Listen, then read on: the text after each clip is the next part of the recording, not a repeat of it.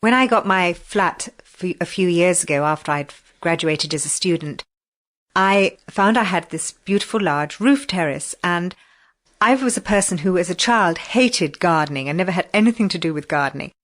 And I thought, well, I need to do something with this space because it seemed a shame just to waste it. So apart from getting a table and some chairs, I thought I must have some pots and put some plants in them.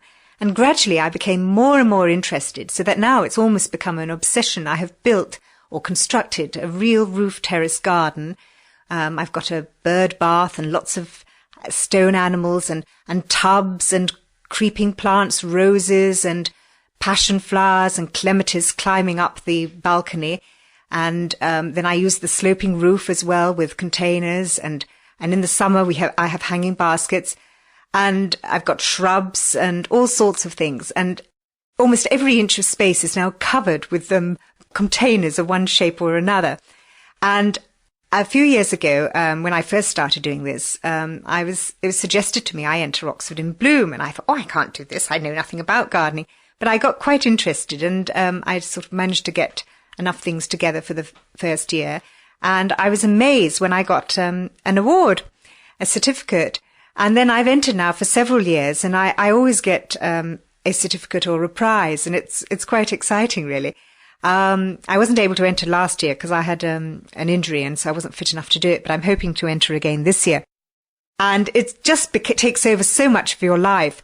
And I've learnt now so much about plants and also about all the bugs and insects and what you have to do to try and stop them taking over your plants. And I prefer to try and do things naturally and organically where possible, rather than using sprays and insecticides which harm the environment.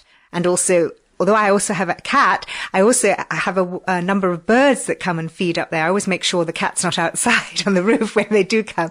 So I like to encourage all the birds there too, because the finches and sparrows and tits and robins and blackbirds, all sorts of birds come.